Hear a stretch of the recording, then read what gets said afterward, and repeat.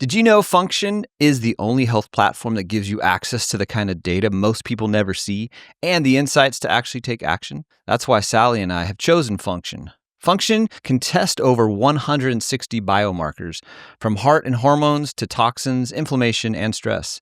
You can also access multi-region MRI and CT scans, all tracked in one secure place over time. That's why top health leaders like Dr. Mark Hyman, Dr. Andrew Huberman, and Dr. Jeremy London are all behind Function Health. And lab visits are fast and convenient at 2,000 plus locations across the U.S. For $499 a year, that's $1.37 a day for cutting-edge health insights. All results are tracked over time in one secure place, so you see how your health evolves. Insights come from top doctors based on your unique results. Learn more and join using our link. The first 1,000 get a $100 credit toward their membership. Visit functionhealth.com/Sally McRae or use gift code Sally McRae at sign up to own your health.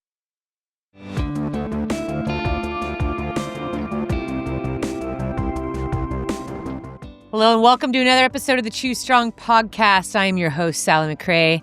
I'm here with Eddie today, and we are very excited that we get to be in your ears. And if you are watching us on YouTube or right there on Spotify, hello, we are waving to all the kiddos that have joined us here in the beginning. We hope that you kids are having a wonderful, fun, adventure-filled summer. I know, Eddie, our kiddos here are having a great time together. Mackenzie's getting ready to leave in the next few weeks. Why are we bringing that up? That she's leaving? Yes. Mackenzie's moving into her first That's exciting. apartment in a few weeks. Yeah, that is super exciting. I still remember, that time when you move out of the house and really own your own space is, she's not owning the apartment, she's renting. Yeah. But it's a big step. So we're very excited for everyone that has just started a run, a race, lifting, driving, whatever it is that you're doing. We're really stoked that you showed up for yourself today. We hope that this session is your best one yet. And regardless of your pace, remember, showing up, being consistent is the most important thing that you can do for yourself, because that's where the building blocks, that's where the foundation comes, and that's what ensures you for success. Also, I want to point out that someone reached out to me and said, hey, I think you guys need to acknowledge and shout out the people that are on the couch listening that are not motivated to get out there and run. So we see you on the couch, and we're encouraging you now to get up and get out there and run and go to the gym. Right? You know what? If you are What do you think? injured, if you're coming home Or from if you're work, injured, yeah. it's been a long day and You you're can just sit on like the couch. posting up to hang out with us. I love that too. And that's part of life for all of us. We all have those seasons where we're not motivated or we are recovering. So we're just happy to hang out with you. Yep. So thanks for being here. Eddie, what's on dock for you as far as Eddie's goals? I know you've been training for a while to run with Mackenzie. What's that looking like for you? I have a sad news. My goal is highly connected to Mackenzie. And so just sadly enough, she broke her toe. Okay. So, she can't run right now. And then she goes back, like we just talked about, to school pretty quickly, and she's not going to be able to run between now and then. So, the window of running with her, unfortunately, I missed it. Yeah. And, so my goal I need to change my goal now. So, unfortunately, I did not get to run 4 miles with her like I planned all summer. Just because, things happen and injuries happen. And sadly for her, she's dealing with this broken toe and can't run and has to, take it easy and get that thing recovered. So she's ready to go, to, run at camp there in a couple weeks. So, in terms of my goals, that just, I got to think of a new one. I got to think of a new goal. So, that's the update. Eddie, we just got a Stepper is the brand, a Stepper stair mill delivered to our house, and we have a Nordic track incline treadmill coming. That's the one that I've had for the last 6-7 years. I Mhm. literally ran it into the ground. So they're sending me a refresher. This is the treadmill, my friends. If you have an iFit membership, you can run with me on there. It's all older videos. I haven't recorded with them in a couple years, but I'm still in the library, and I know that that's how some people came to learn about the podcast, was Yeah, by sure. finding me on iFit. So we are going to have both of those in our gym garage. And we also have been working with Nike Strength, and they delivered us an incredible weight set. Yeah, those are cool. We got the full rack. Full rack, We got dumbbells. dumbbells all the way up to like 75 pounds, the plates, Mhm. actually 2 racks of dumbbells. 2 stacks. Yeah, huge, heavy. Huge, heavy stuff. So now that that gym is coming together, you got cardio, you got weights. Do you feel like that is, I mean, that we haven't always had that. No, we haven't. Yeah, no, I'm excited to In our get in 23 there. years of marriage, to have all that in the gym, Yeah, that's a nice little gift. yeah, But yep. what do you think about, hey, I'll just go in there and do something for 20 minutes? I love Do you that. think you need all that equipment to stay consistent, or? Do I need it? No, I don't, but Yeah. I do love I was the gonna answer idea. that for you.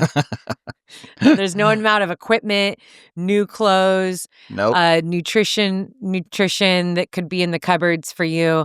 It really just comes down to whether or not you're going to do it, Yeah, no, it's or you choose to do it. choose to do it. Yeah, but no, I'm looking forward to getting in there, Mhm. giving those weights some action. So, yeah, so that's the update with me. What about you? How's the recovery going with your knee? It's going slow. Yeah. Bone edema is not a quick thing to heal from. I think I said this in past podcasts. It would have been so much better if I just would have broken something. It's crazy, right? I'd already be back running in the mountains by now. So we're going on like month 4 of not being able to run. And yeah, I'm looking forward to fall. That's kind of like what I'm seeing is when I'll be back to running. But yeah, I've just been doing a lot of stair mill, power hiking on the treadmill, biking, lifting. I'm getting really strong. I'm PRing in everything that I've been lifting, which is pretty exciting. Picking up 50 and 65-pound dumbbells is pretty fun. And then, up in the plates on the machines. But yeah, I really miss being in the mountains. Yeah, with bone edema, what can you, besides running, what can you not do? Like, what are you supposed Just to, like, no hey, pounding. no So pounding? my bone edema is just around the injury. So in the bones around my knee, I was running on it, high mileage for a while, and yeah, I just didn't connect with the fact that I was injured. So I started injuring the bones, and so now I'm paying the price big time for that. So you can't really heal bone bruising by continuing to pound on it. Mhm. And even then, it's paying attention to the amount, the duration. Overdoing it is probably pretty easy for me to do without really thinking about it, because for me, if I just take intensity out of stuff, I mean, I can go forever. And so, yeah, like it's kind of hard to regulate that sometimes for me, because I could go and do 3 hours in the gym and then go sit in the sauna for 40 minutes and just feel like that was easy. Mhm. Yeah, so it's definitely a different season for me. This is the first season in over a decade where I've had to pull back a lot in physical training. And so I've busied myself with other projects and, films and coaching, the app. We yeah, I have a couple. I've kind of revisited. I know a lot of people were kept asking for like 50-mile, 100-mile training plans in my app, and I pulled out of that because the app was not set up and wasn't very supportive of it. But we've done some workarounds, so that's, I think, one positive thing that's come out of it. Something Yeah. that I've been asked about for years. Yeah. So to our listeners, if you don't have my app, make sure that you get it. It's a great way to support our work as well. And then we'll be releasing some new merchandise too. So Yeah. it's like end of July right now. We'll be releasing some new shirts. I think a new hat in a few weeks in our shop. So yeah, I kind of feel like that's what's like the joy always for me is I've loved running my entire life, but I have really made sure that I remember that there's so many things about me that define my life far outside of running, and I have a lot of passions and curiosities. And I've always made it a point to explore those things. And so, while I am taking a break from running in the mountains right now, I'm able to write more, do more programs, films. It's been good. It's a good time for me. I think anytime I have to shift my perspective, that's where growth comes too. It just kind of forces me to operate in a different way and maybe strengthen areas of whether it's my mind or my heart that need to be strengthened. So, yeah. I noticed you posted in your story the other day about a bike. Yes. What's that all about? Black Heart Bikes. My buddy Zach, just so kind, reached out to me about getting a gravel bike. And then the more we chatted, I said, I'll probably be 50% on dirt, 50% on road. Just like where I live, in Southern California, we have a lot of really awesome bike trails that go on forever and on the roads. So I said, I would probably be on the road like half the time and then in dirt half the time. And so they are customizing a road bike and a gravel bike. So that's getting me really excited. I got to and you're seeing them right now on the screen. I designed my road bike to look like a little kid bike because that is definitely what I am feeling like. I feel like a beginner bike rider because all I've really ever owned is a beach cruiser. In 2022, I know I've talked about this before, but the Choose Strong project was actually supposed to be an Ironman.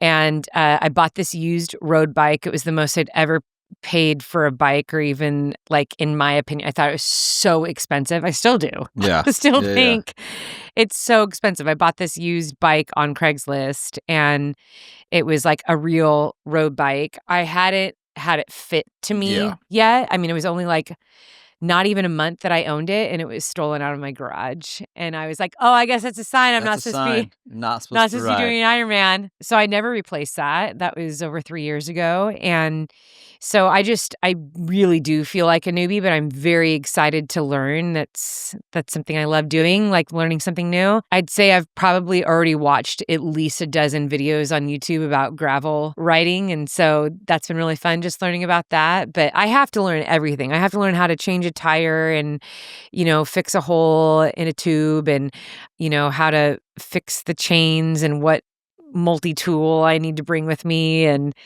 yeah, all that stuff is pretty foreign. For whatever reason, that's always been one of the top things in my mind is what do I do if I'm 20 miles from, I always think that too. From where I need to be, in the middle of nowhere, and my chain's fallen off and my tires punctured. I do have this image though, just popped in my mind of you carrying my bike, putting the bike on your back and running.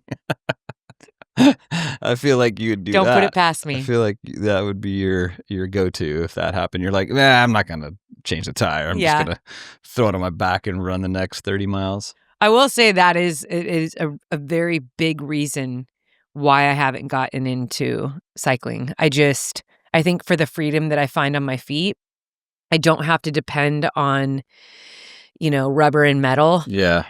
Or take care of rubber and metal in order for me to get to point A to point B. I just don't want to deal with that. I'd rather run 20 miles than ride 20 miles. Obviously, to the bike community, our triathlon community, the gravel community, I mean, it's going to be exciting to explore it.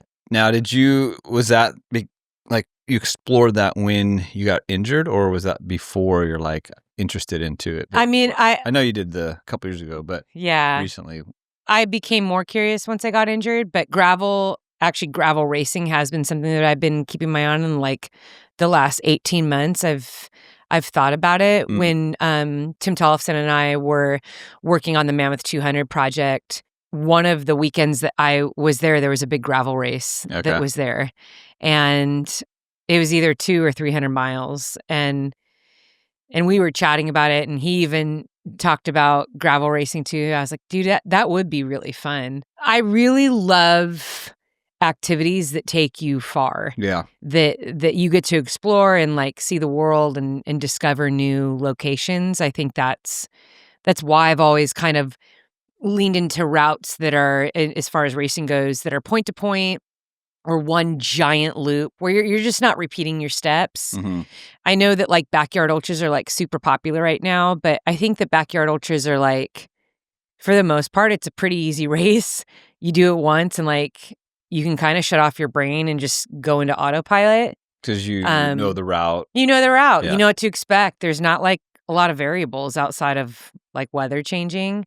And when I say easy, I mean, obviously it's hard for anybody, especially once you're going past 20 miles. Like that's hard. Yeah. That's really difficult. But I think that the challenge that I like, the challenges don't have to do with distance for me. It's like the challenge that I personally find in things is the variables of the unknown. Mm-hmm. It's encountering new terrain and having to figure out, how am I going to get up those rocks? It's standing at the top of the mountain, and in your mind, you thought it was going to be like this rad, fast ascent, and then you realize that those are all baby head rocks. Like, I had no idea that I had to descend 4 miles down that. Like, I love that. I love, like, having to cross a river. Like, suddenly the sky changes, and now you're in a snowstorm. And maybe that's just the assimilation to life. That's how life is. Yeah. We don't get to dictate, and we don't take one lap on our life and then just go into autopilot and just like, I know what to expect. I know what to expect. I know that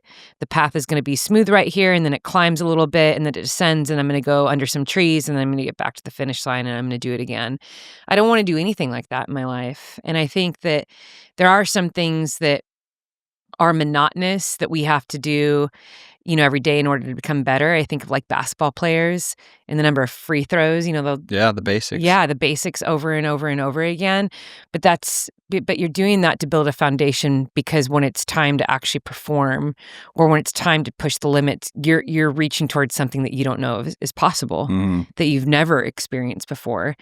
And so I think there's monotony is there to build a foundation, but I like to then take that foundation and really reach far beyond what I think is possible. So I think the gravel racing, as it's growing, I think it's a great complement for trail runners. If you're really comfortable on trails, you're comfortable on the mountains, you like those long distances, like it's such like a nice complement to our sport. There's no pounding in it too. I mean, I'm not saying that you're still not gonna get like your legs trash and you're hitting VO2 max levels and stuff like that, but like it's cool to put your body into a different position and see what it's capable of doing. So yeah, I think as those more and more races are starting to pop up, and then most recently when Max Joliffe and I went to Bentonville, Arkansas, and there's hundreds of miles of dirt trail everywhere. It's a very popular mountain biking community.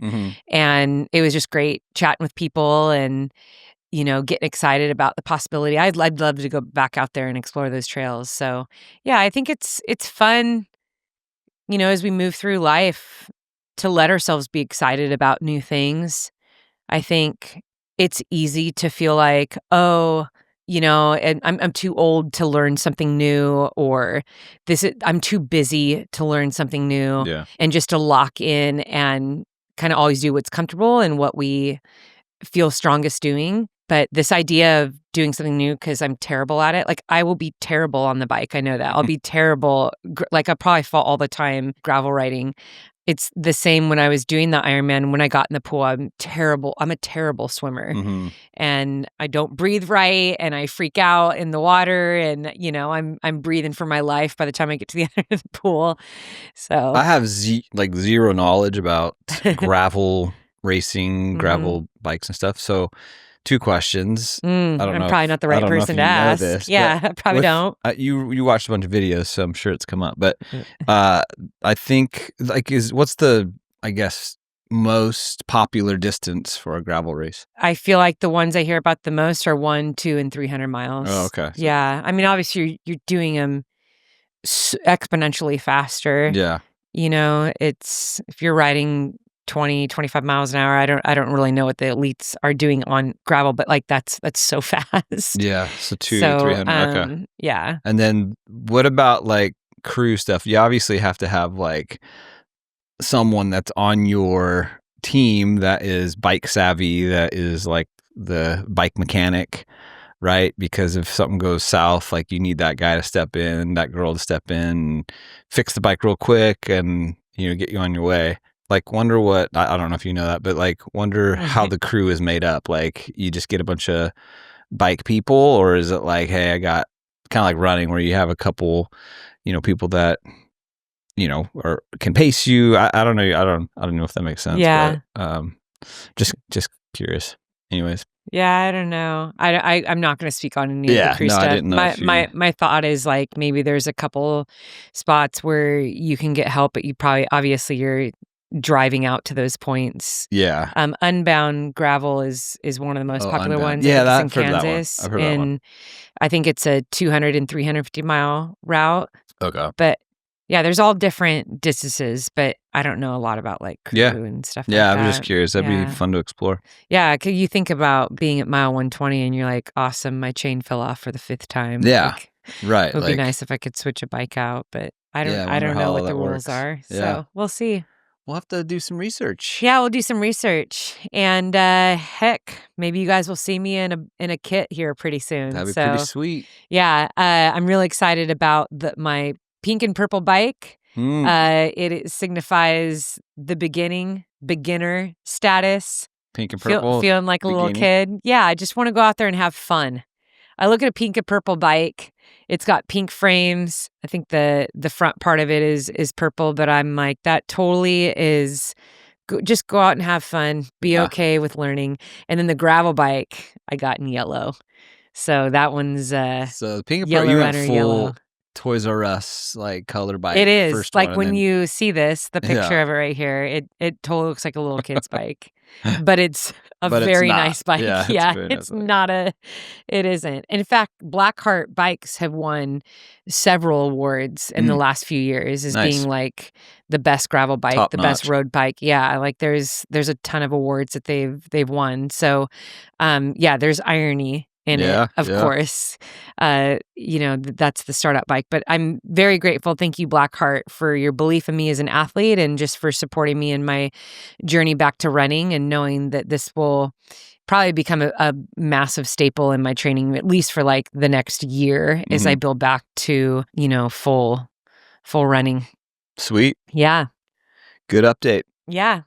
It's a fun update. Definitely fun. Yeah. What about you, Ed? Do you think you'll join me on the bike? I mean, you know what? I'll be honest. Are you just gonna get your electric bike next to me, or my butt hurts after I ride a bike for 10 minutes. So we need to get you some bike shorts, some padded bike shorts. I think I have some. Do you? Yeah, I think I actually bought you some. Yeah, you bought me some a couple years ago. I bought you like the briefs to go under any shorts. Yeah, but I don't think I've ever worn them. We need to get you in those. But honestly, I don't know how people do it. Maybe it's like one of those callus things, like kind of like guitar, where you play guitar long enough, and it's like you think they have big calluses on their butt. Maybe that's what that's what I need to build up, a callus on my butt where like I can sit for a long time, but.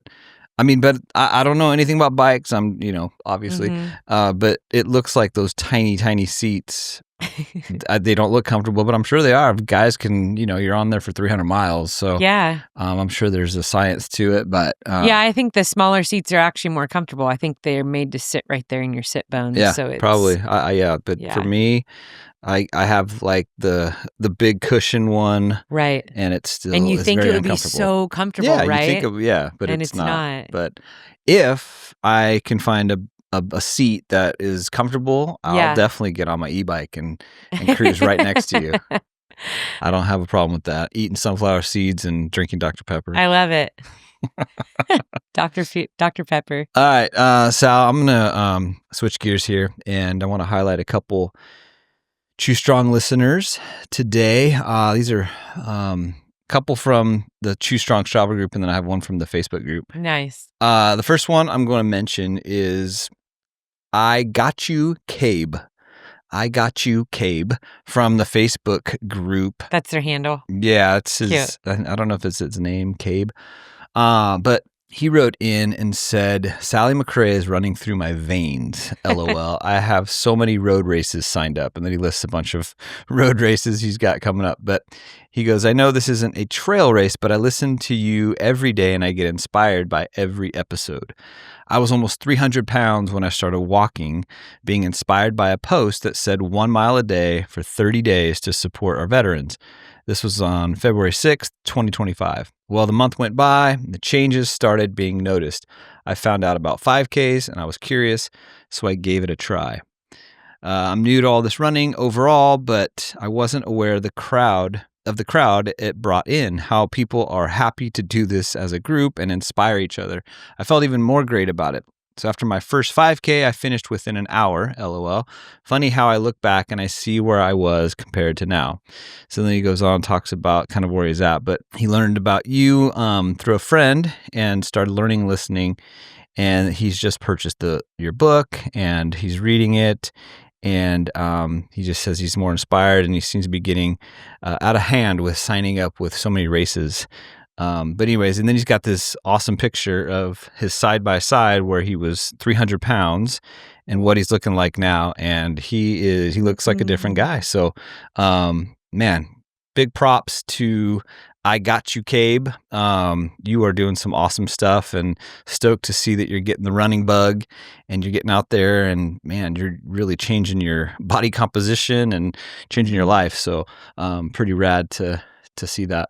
Congratulations. Thank you for sharing that story. I know it's inspired me. I know it's inspire our listeners. That's some good, hard, consistent work right there. Yeah, very cool. So next one is from the Chew Strong Strava group, and this is from Brian Sayas. Now, Brian Sayas and I go back a little bit. He was actually, I think he was in my second grade class, but we went to elementary school together. Then we went to middle school together, and then we went to high school together. So my boy Brian is in the Chew Strong Strava group, and he's got a picture of him and his friend, and it says, I had the pleasure of pacing my friend today for his very first marathon, the first of many that we can be sure. Well done, a run. So he's giving a little shout out to his buddy that he ran a marathon with, and they got a cool little picture there. So anyways, Brian Sayas, shout out to you, my boy from back in the day, and man, that's pretty cool to run. Didn't he run the LA Marathon the same year that you did it? I don't think he ran. I think he was there, and I think he said hi to you. Yeah. Yeah. He had a picture with you. Yeah. I don't know if he ran it though, but maybe. I thought, yeah. I can't Maybe remember. it was someone else. So there's one guy that was just not that far ahead of you, and Yeah. I ran with him a little bit, and we did like a selfie. Okay, yeah, that's not him. Brian's way faster than me, so he was either not running or way ahead of me. But yeah, Brian's he's a local guy here now, but yeah, I went to elementary school with him. So Brian, shout out to you, man, and pacing your buddy. That's pretty cool. All right, last one that I have is from the Chew Strong Strava group also, and this is from Cleet Cooley. And he had a morning trail run, and it says, trying to get some consistency back. Summer vacations have taken their toll on training. Now, I wanted to point this out because we can all agree that this is a tough season, right? The summer, whether it's, you got your kids are home from school, you're going on vacations, you got your work's kind of all over the place. So I wanted to point out Mr. Cleet Cooley here getting back some consistency and went on a little 3-mile run. I love it. Yeah. Got to point that out because that's sometimes the hardest thing to do is to get the consistency back in the summer. Yeah, right? I agree. I think July is actually one of the toughest months. Yeah. Yeah, especially for parents and even people that don't have families. That's a really popular month for vacations. And even I always feel like every year, gosh, I started running my business in 2007, but that was always my slowest month was July because clients are always like gone, their schedules are changing. That's the time they might take a break for a week from work, and so then they're not in town. And yeah, it's kind of wild to think that one of the funnest, brightest months of the year where you're kind of enjoying traveling and being with friends, it's also a hard time to stick to your goals, no matter even Yeah. what it is. Like anything that you do consistently in your life doesn't even have to do anything with like fitness, you Yeah. know? I think when the kids were really little, like young elementary school years, I always felt like July was just chaos, Yeah. like absolute chaos. I've even found, well, not for me, not only like the training stuff, running, trying to be healthy, but the food for me, like, and like the diet type stuff is definitely goes out the window in July. Yeah. I don't know, for what, like, you're out with people more, you're going out to dinner more, there's different graduations or parties or vacations, and I feel like July is rough. Yeah. But why are you smiling like I that? What are you doing? You looking at my double chin or something? You're like, yep. Things are not going well, Eddie. I just feel like so many times this month you've been like, I don't feel good. I shouldn't have eaten know. that. So true. My stomach hurts. I shouldn't have eaten that. Yeah, the other day when I woke up, I'm like, man, I didn't feel good till like We noon. took the kids to Brewster's ice cream. Remember after dinner, we walked down to Main Street and we got ice cream, and then Yeah, well, I got a medium, and like, apparently the medium is 3 scoops. So, like, go figure. You figure that's which is like basically like half a gallon of ice huge, cream. yeah. Which It brought it out. I was like, okay, well, I finished half of it. So I got 1.5 scoops in, and I was like, I can't do this. Yeah. This is way too much. And yeah, the next day I did not feel well till about noon. I started feeling a little better. So anyways, yeah, that's all I got, Sal. So I wanted to give a little shout out to I Got You K, Brian Sayers, and Cleet Cooley. Yeah. Ed, what's going on in the fall winter as far as races go for you? I know a lot in years past you've always done the Long Beach half marathon. Is that on the radar again? That's still several months away. October. I'm not doing that one. Yeah. But I'm already signed up for the Surf City half. Nice. Yeah. You got in at that discount. Oh yeah, I do that as soon as I get the email the next morning. I think I sign up for it. So that's on the calendar. I'm excited to. I'm always excited to do that, but that's the only one. It's the only one I got. Okay. So you're consistent with the Surf City. With Surf one City half half marathon a year is my jam. Yeah, I love that. Yeah. So yep. Bond Charge is a holistic wellness brand with a huge range of evidence-based products to optimize your life in every way. Founded on science and inspired by nature, all Bond Charge products adopt ancestral ways of living in our modern-day world. Their extensive range of premium wellness products help you sleep better, perform better, have more energy, recover faster, reduce inflammation. The list is endless. Our favorite product from Bond Charge is their infrared sauna blanket. If you're looking to ease stress and unwind, the sauna blanket can do just that. The infrared heat and your elevated heart rate, all while relaxing, releases endorphins, which can leave you feeling euphoric after your session. It takes less than a minute to set up, heats up quickly, and you'll feel revitalized and less stress after sessions. And they offer free shipping on every sauna blanket, no hidden costs. Go to bondcharge.com and use coupon code SALLY to save 15%. That's BONCHARGE.com and use coupon code SALLY to save 15%. Are you an athlete looking to dial in your nutrition? Or are you a parent who loves cooking healthy meals for your family? Well, you need to check out Plan to Eat. Plan to Eat is a meal planning app that can save you time and money, an app that simplifies the meal planning process.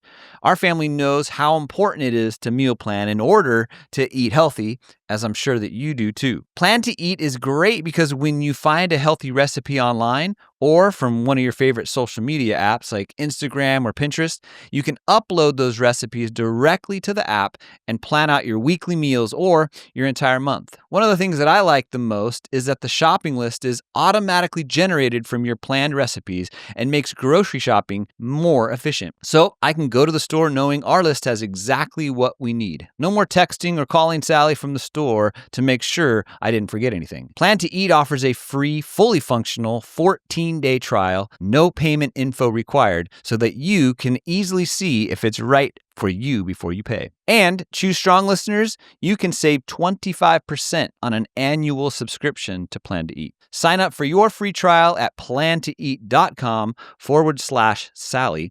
The coupon will be automatically applied to your account and can be used when you are ready to subscribe. Valid for new customers only when paying through the website. That's plantoeat.com/Sally to sign up for your free trial. That's all I got, Sal. That's all you got. That's all I got. I had posted on my Instagram. I did a post. It was only meant for a couple hours. I ended up getting hundreds of messages, text messages, emails, Yes. direct messages, and then I archived the message. But the reason why I posted about this incident that happened in our life was I always feel like it's having a podcast is a great time to make it a topic and just kind of get a feel for whether or not other people have experienced this. And the situation was a little intense. Mhm. And I think all these themes came out of it. So whether it's stress, anxiety, security, privacy, stuff that actually like affects people's mental health and just everyday well-being. And I thought, oh man, this would be actually a good topic, especially as I was working through it. But I'm not going to go into like all the details of what happened. But basically, if you did see this post, it's taken down now, and this is the end of July 2025. But I came home and there was people in our house. You and Mackenzie were in Flagstaff. Isaiah was away at summer camp. And just so that people know, nothing was taken, no one was harmed. But it was just a really weird situation. I think, especially in the last few years, I personally have had some privacy and security stuff that's popped up that I'm like, oh, I have to like deal with this.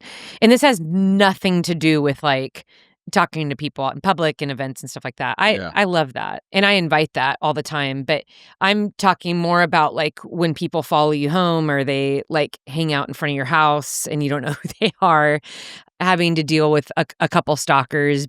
I've been followed out on the trails just one time. But that's different. That's different than people just saying, hey, I listen to your podcast. And, we have a good chat and I make a new friend. Like I really appreciate that kind of stuff. So yeah, this is very different. So it just like for a couple days, it was really difficult for me to kind of process what had happened. And so I wrote a post about it and I just said, who's ever experienced something like this? It's like an invasion of your privacy and security and comfort.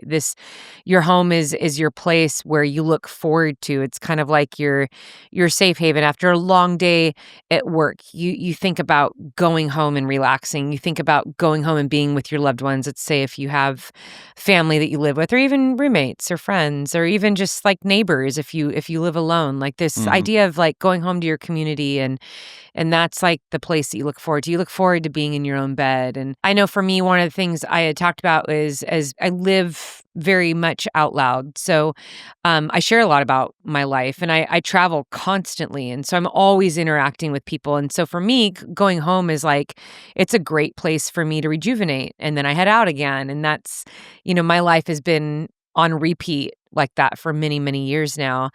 And it's the life that I love and that I'm very passionate about. And so this incident just kind of threw a wrench in things because you feel so violated, right? When people are in your home. It's Anyway,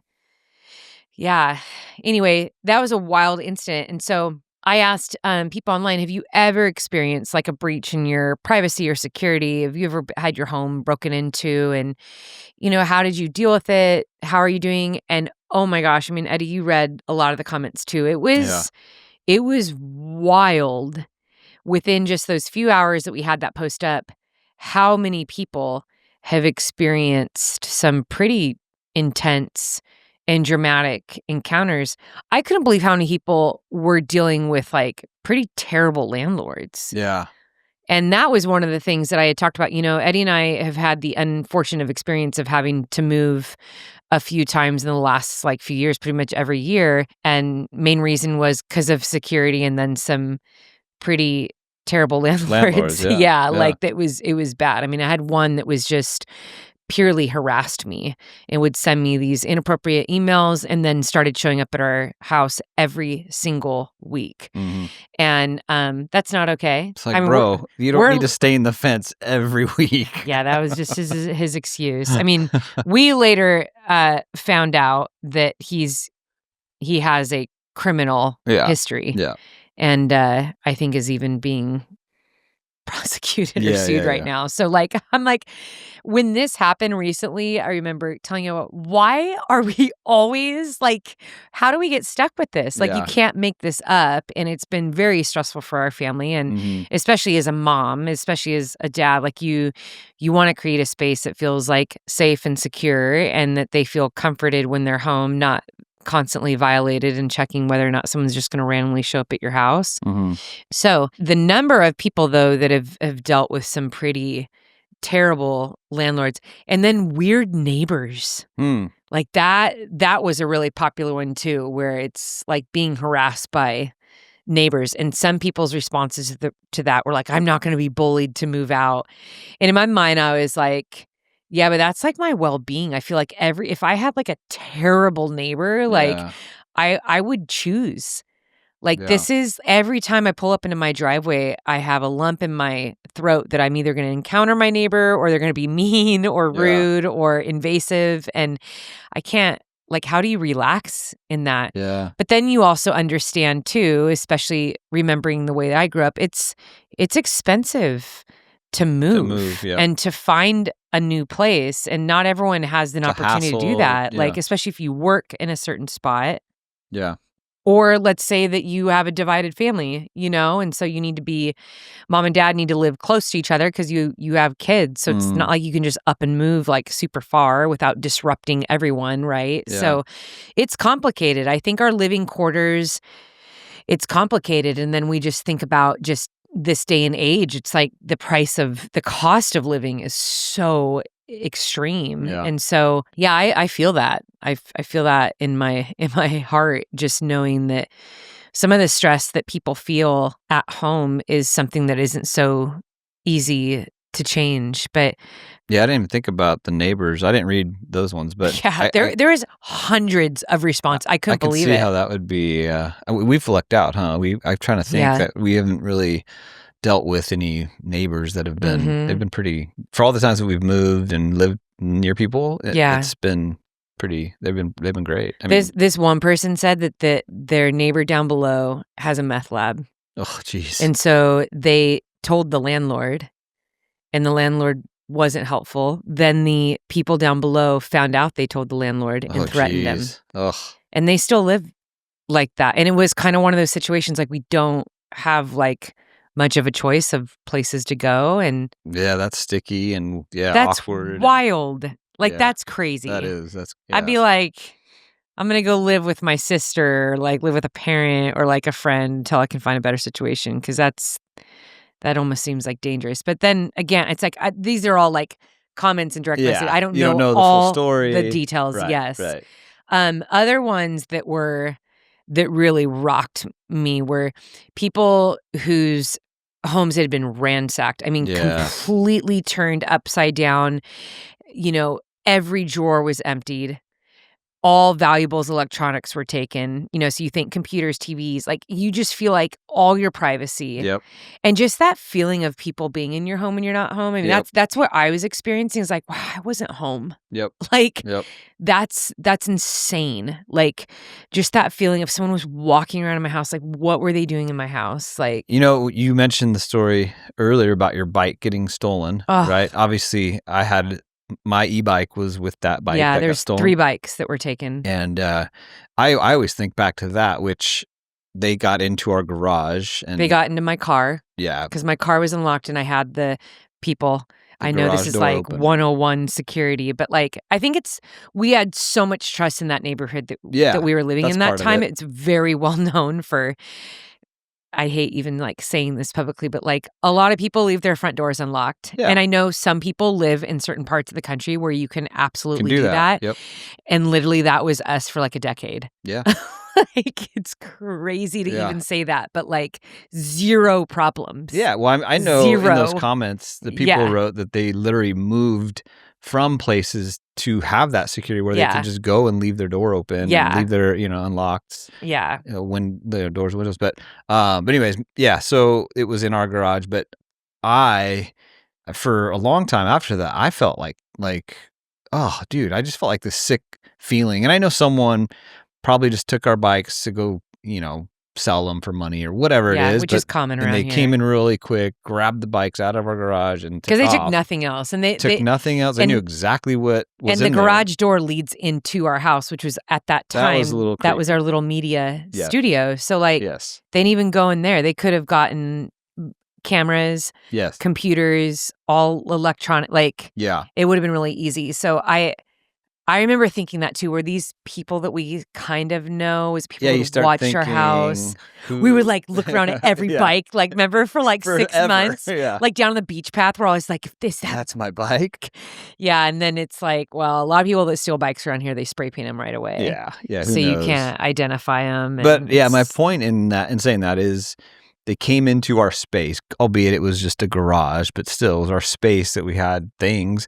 And it just afterwards, it just made me feel like my privacy was invaded. And, and I know you were mentioning people coming in houses and ransacking the houses, taking computers, taking like valuables, It's horrible feeling. whatever. Like that is a next level stuff, obviously, that I can't resonate with.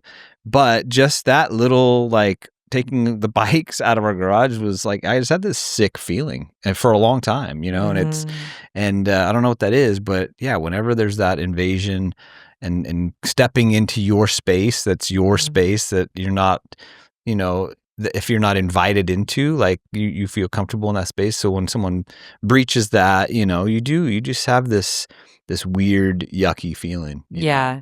Yucky's right. Yeah. It's such a funny word, but like Yeah. that's what I felt like with this most recent situation. You feel like your trust has been violated, your privacy, the respect, like all the things, and it's just such a.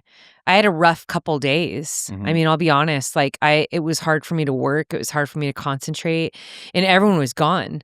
So Isaiah was gone, you and Mackenzie were gone. So that was really hard for me too, is just being alone. But again, like putting it out there and seeing all the experiences that other people had. I mean, it's not uncommon. And I think that's one of the reasons why I wanted to talk about it on this podcast, because I think that now more than ever and I love that it's talked about so much more, but like mental health is it's a hot topic. It's a big issue. It's something we need to pay attention to. And sometimes there's small tweaks in our day and just how we live our life that can really help with that. Because when we are living in a constant state of stress and anxiety, it affects everything that we do. It affects our relationships. It affects our sleep quality. It affects how we work with others when we go to work each day. Yeah. If we always have this like heavy weighing on our mind when we're going to work and we're trying to work on a project with other people, and people are like, dude, what's wrong? Like it feels like you're not all here. Like you're thinking about something else. And it's, half my mind is thinking back at my home. Is my house secure? Is my family safe? And so then it's like, well, what is peace of mind worth to us? And I see that more and more this day and age, like people are putting in a lot of money just to have peace of mind. The value of having a peaceful life, the value of letting go of stress, anxiety, it has to be something that we are able to harness even in the midst of chaos. And I think that if we believe that peace is only found by going to a yoga retreat or taking off to some deserted island, I mean, we're going to live most of our life completely stressed out. And so I think the run community, especially the endurance community, especially like understands, like you hear this all the time, that people are like, well, I go on a run so that I could like de-stress, so that I could have just this time to think, time to myself. I mean, I know this is a feedback that we get even with our podcast. Like they listen to our podcast and they laugh and they think, and it's like that's just like their one time to disconnect from the world and just run with a friend, right? Like we see you in that, listeners. We love that we get to be here with you. But I also love talking about these real life topics where, helping people feel validated and seen for what they're experiencing. And, in today's particular episode, that is what we're doing. We're talking about like this stress and anxiety and this lack of peace that people are feeling more and more. And we even feel that just in social media. I mean, I think Yeah. this idea, I'm starting to become really interested in studies that are directly related to social media, the effects of being on it too long, Mm-hmm. how phones control us, like even checking in with ourselves and saying, do I have the ability to go put my phone in another room for 5 hours and not think about it? Instead of letting my phone control me, do I always need to pick it up when I'm uncomfortable, when I'm bored, when I don't have something to do, when I need to feel, some dopamine hit? Like, is it my phone I'm reaching for all the time? And so I think just pausing and really looking at our lives, breaking down like, where do I go to find peace? Where do I go and how do I de-stress? What is my level of just constant worry and anxiety in my life? And realizing that so many diseases are related to stress, level of stress. We talk about cortisol levels and all of that. I mean, I think that people are probably more stressed out, more anxious and more depressed than they've ever been in the history of mankind. Mm. And it makes sense. It isn't even just like the break-ins that I'm talking about, but it's also like what I have found again and again in my life. And again, this doesn't have anything to do with like, we all need to live on 10 acres of land in our own little like cave. I've always lived in crowded areas. I pretty much always grew up in a crowded area. I'm always Yeah. around like SoCal, like I'm around millions of people all the time. So, but being able to reset and find peace and relax, the mind is so powerful. And can I do that in a place that feels chaotic? Can I like sit in an airplane and do that? Can I sit on a metro and find peace? Can I re-enter my home after it's been ransacked or there's been an intruder and find peace there again? And even right now, I think I had told you one of the things I missed the most about this injury is like my time in the mountains, it's like twofold for me. It really is the way that I am able to completely decompress and rejuvenate. I know that sounds crazy when I say I go on a 5 or 6 hour run that I'm able to like rejuvenate, but it is. It Yeah. rejuvenates my mind. It's where I go to pray. It's where I go to think. It's where creativity really comes to life. And I don't have that right now. I even have to be really careful. Like even my training is very structured and contained inside the gym. Like I can't just like go out on hikes and like ride my bike all over the place. Like I have to like really manage even how much time I'm putting on that knee. And so I'm in a crowded gym all the time. Like I have 4 different gyms that I'm a part of to change it up. And it's like every gym is crowded. There's people all the time everywhere I go. And I think that I've kind of resorted back to what I knew even in my youth of finding, being able to find spaces where I could find peace and rest and security. And a lot of that comes in just being still.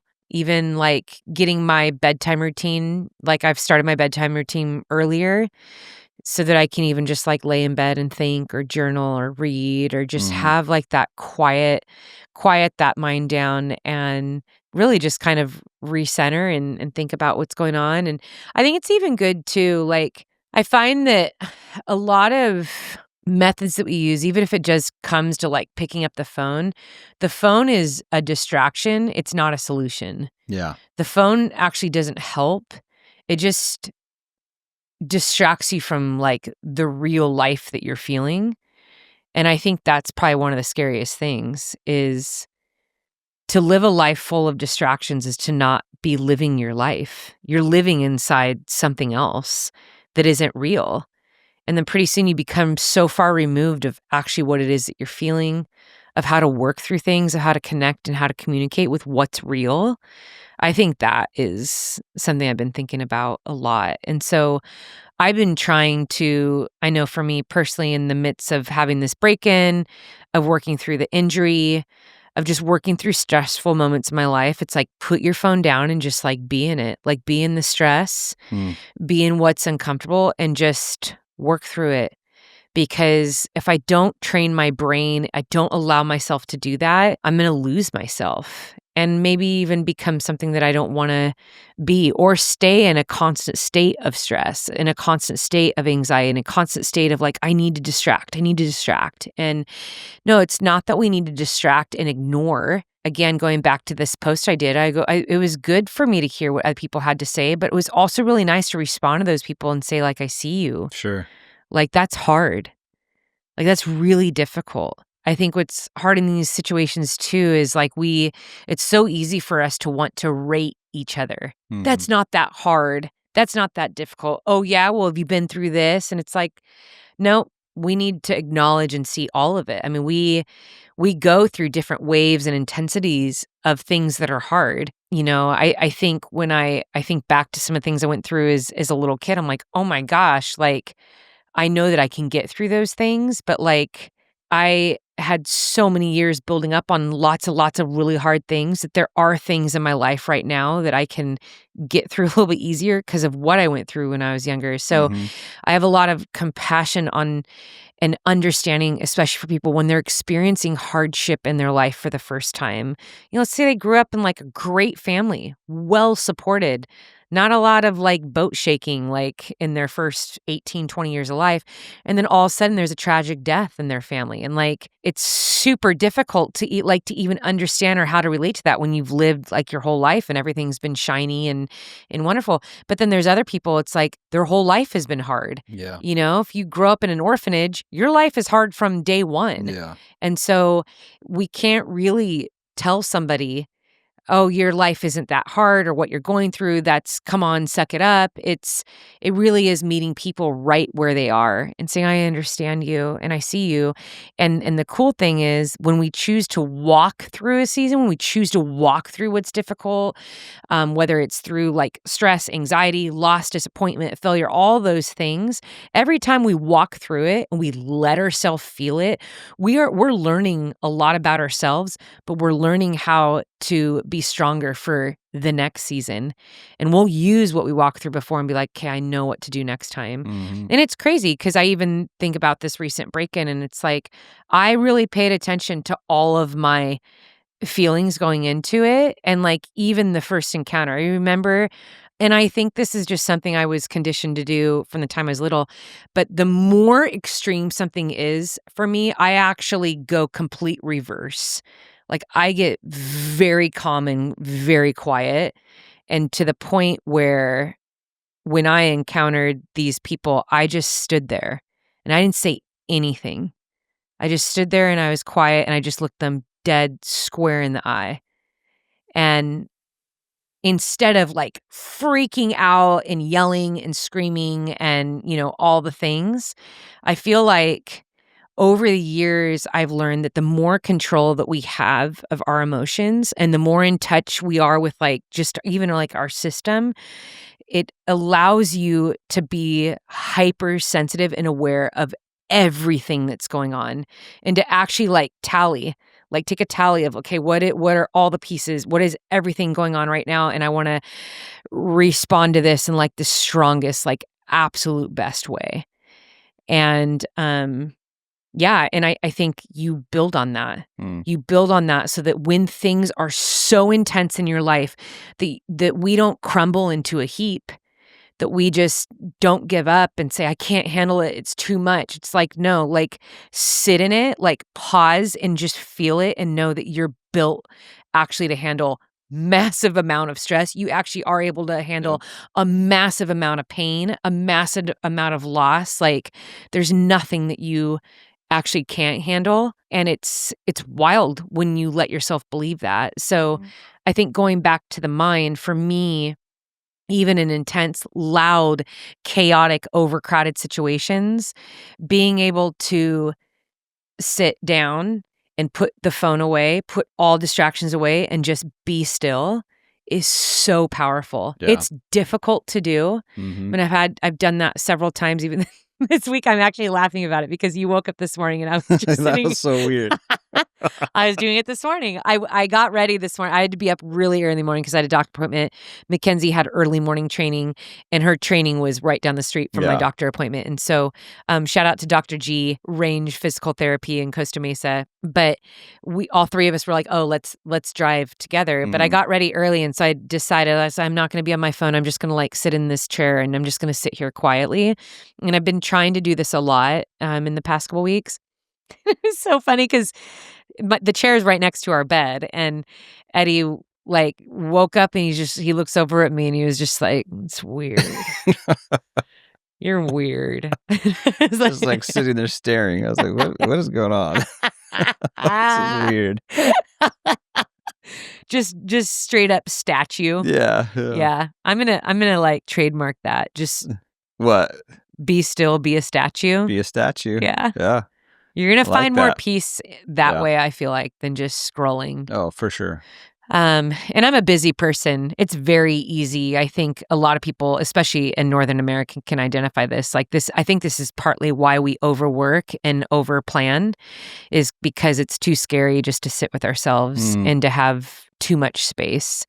Because then we think about, or we sit too long, we start scrolling. And we're like, well, I don't have that, and I'm missing out on that, and I wish I had this, and like, why do I have all this time in my day when I should be there? I should be a part of that, or I should be building this. And there's a lot of power in just having things taken away from you and just sitting quietly I just thought of this, but I think a couple weeks ago I watched a couple of these reels. Speaking of scrolling, I watched a couple of these reels that I think it was like 80s nostalgia or something like that. Oh gosh, it's like POV. You wake up like 1983, and this is what it. And we were like 2 years old. I know, but my point is like it was like in the 80s, whatever, right? And it was like this early morning, the sun's coming in on this like beat up couch. It's like this tiny little house, and there's only this little tiny TV in the corner, and there's like it's just like this simpler. I want to say simpler times, just because there was no internet. There was no.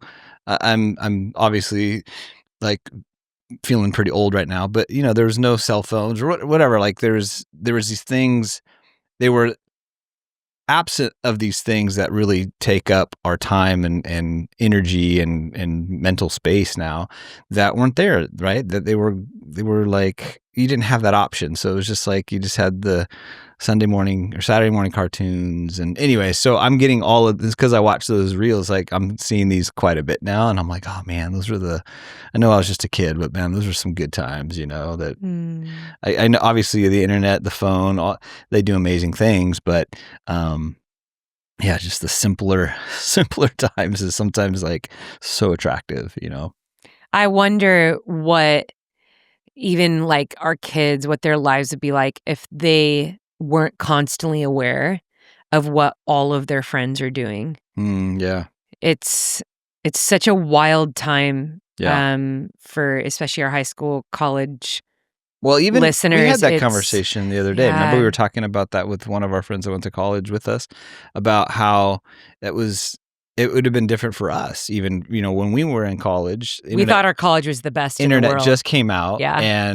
But obviously we didn't have the smartphones where we're seeing stuff in social media, where we didn't have a clue about what was going on in, at the college, 10 miles away, right? Like, unless you had a friend there, that was kind of all you knew. But even that, right? Like that wasn't too long ago. And that was an interesting, but yeah, now it's like, it's so different. It's crazy. Yeah. I think that's what's pulling sometimes. I think I even look at the sport of trail and ultra running. Part of the reason why it's exploded is because it's so easy to see everyone else's experience. That term FOMO is actually like a legit, real triggering feeling. That's actually real. That isn't just cute.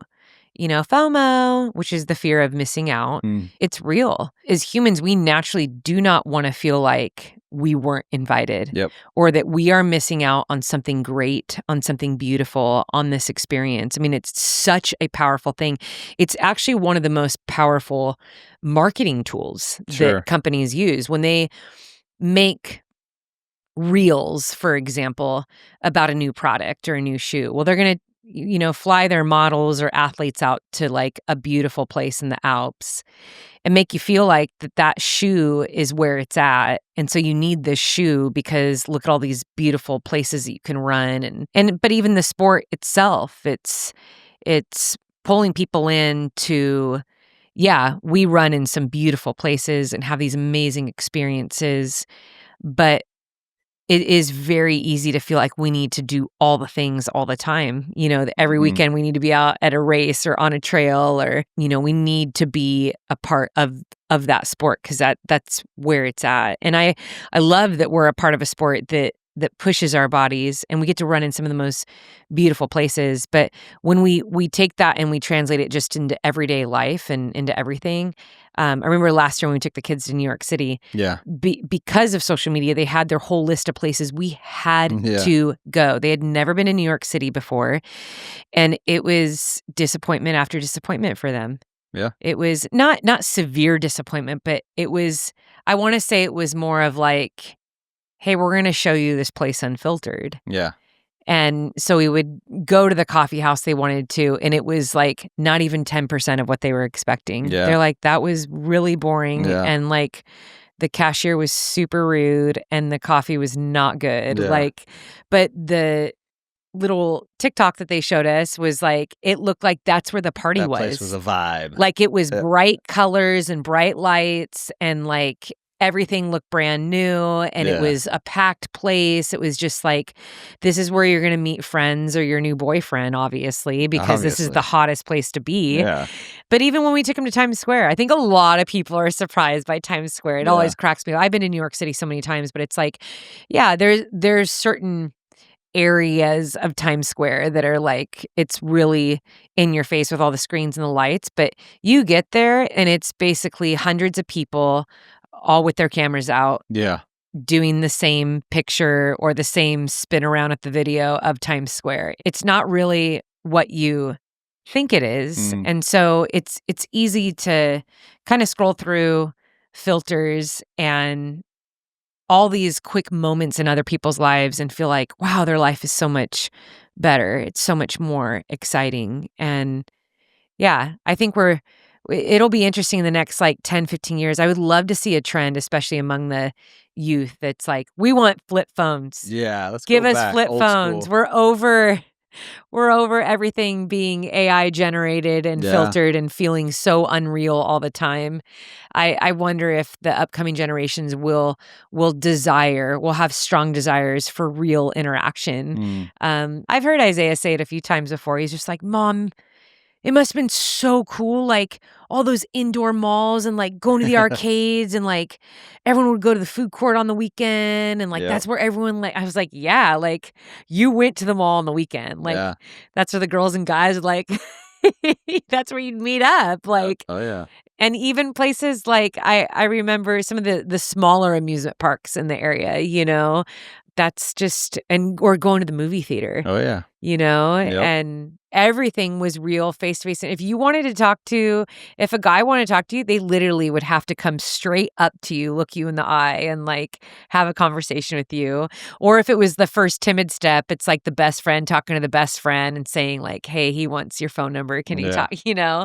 All of that stuff is like, that was, So I'm always like, Isaiah, it was cool. It was cool when we all didn't know what was going on, but we always knew the places where everyone was. And so you had to go to those places. And then you also had to have face-to-face interaction. Yeah. Yeah, different time for sure. It's just interesting now because with like all the different apps and Snapchat that the kids use that they know where all of their friends are at all times, right? Like that's super weird. Just speaking of invasion of privacy, even though it's like you can turn it on for people, it's still like, dude, you don't have hardly any privacy. Like Mackenzie can tell me exactly where her friend is and where she was all day today just by looking it up real quick, right? That's just it's an interesting thought, and but yeah, just I mean, I know there's good things about it too, but anyways. All right, to wrap this up, Sal, what's an encouraging word that you can give on this topic today. Yeah. I'd just like to say to all of our listeners, you deserve peace. Mm. And peace can be found outside of, like I was saying earlier, you don't have to go to a yoga retreat or to a secluded island or have a big expensive home to have peace. You can find peace right there in your small space. It starts in your mind. I think this act of putting our phones down and allowing ourselves, whether it is to sit in a space that's hard, to feel it so that we can work through it, because when you do that, that's where you become stronger. That's how you actually build on your character, and that's how you prepare yourself for the future. But living in a constant state of distraction and denial and running away and stress it takes a toll on us. And so I just want to encourage you, wherever you are, if you're running or you're still sitting on the couch watching us, or maybe you have, you still got some drive time on your clock right now. I just want to encourage you and remind you that you do deserve peace, and you deserve a mind that is strong. And I think that nothing gets strong unless we go through the storms, unless we go through the hard stuff. So embrace and face whatever those hard things are in your life. And then as it pertains to your very physical home, I hope that the space, wherever you are, I hope that it's safe, secure, and it's a place that you love. And if it isn't, I really, really hope that you can find that and that you can create that. At this point in my life, having experienced so many different extremely uncomfortable situations as it pertains to like my security and comfort in home, I feel like it's priceless. Like you can't just like go and buy that. You can go and buy like a new comfortable bed and have like, a more comfortable pillow that's going to help you fall asleep maybe. But being able to buy peace of mind, like you can't put a price tag on that. And so, yeah. Eddie and I, we see you, we support you. We want to thank you to the hundreds of comments and messages, the emails that we got in response to what I posted. I just want to thank you so much for that. I really love our community. We love and appreciate you. We support you. We're here for you. We love the life that you share with us. We see you. We think you're valuable. We think you're wonderful. And we want to encourage you to keep choosing strong in all you do.